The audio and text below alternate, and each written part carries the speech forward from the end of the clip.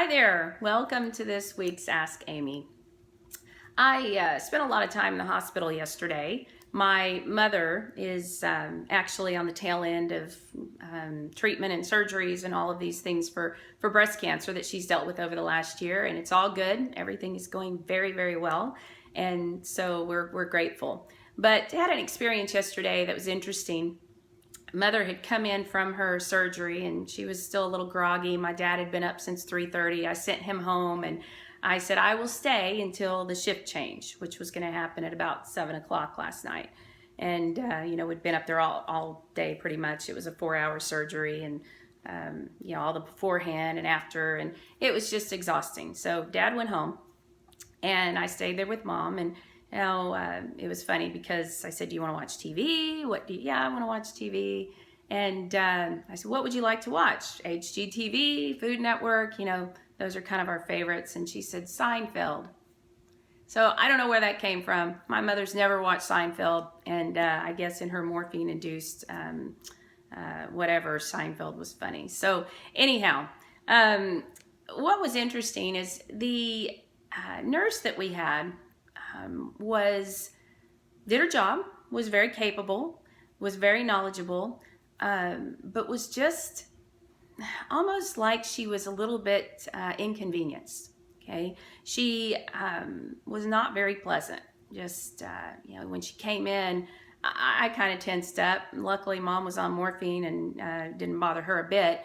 And that's probably what these nurses count on is, patients don't know any different. They're in here after surgery in ICU and they don't know. But as a family member observing this, I'm thinking, gosh, she's kind of rough. She's not very friendly.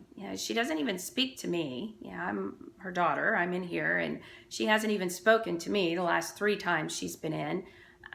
She would ask Mom questions, and Mom's kind of trying to fumble her around with her words, and I would answer for her, trying to be helpful. And the nurse said, I asked her. I said, "Oh, okay. We're good." And at one point, my mother finally says she knows because she was just tired of having to answer these questions. So finally, the nurse would address me, but she was just very gruff and very rude. And, again, I don't want to say she was incapable because she did her technical job very, very well. We felt like we were in capable hands. Well, when the shift change happened, and she came in, first of all, here's something very interesting. The very capable but very rude nurse came in and handed off all of the information to the nurse that was coming on duty in front of us, which I found interesting. She said, "This is Joanne Rickles. She has had this type of surgery. She is Dr. Lemon's patient. She came in here at this point in time. She's on these medications. She had her last, she just went through everything." And so I thought, that's great because I feel confident that now this nurse is brought up to speed, knows everything that's going on. That's our handoff, guys. And that was great because I didn't feel like anything was missed. She was very, very thorough and, again, very, very capable. But so that was one point is the handoff. I thought was great in front of me, in front of my mom. And we felt very comfortable with that. The other thing, this other nurse that came on made us feel like she was so grateful we were there. Okay, she engaged with us. She wanted to know my name. She was very empathetic. She just was very, very personable. Okay, now she had to give my mother a shot in her stomach, and she didn't do nearly as good a job as the gal had done hours before. But she was capable, and it's not like she was, asking for forgiveness or anything like that. I mean, she was in control, but it was more painful for Mom, and you could tell she was a little newer at the process and didn't have the experience. But you know what? We loved her so much more. We loved her so much more because she acted as if she cared about what was going on. She engaged with us. She was capable. Probably didn't have nearly the years experience and the capability as the nurse we had during the day, but you know what? She cared, and we could tell that. We were so grateful for her, and she did some things that I know were outside of her realm of responsibility. She was very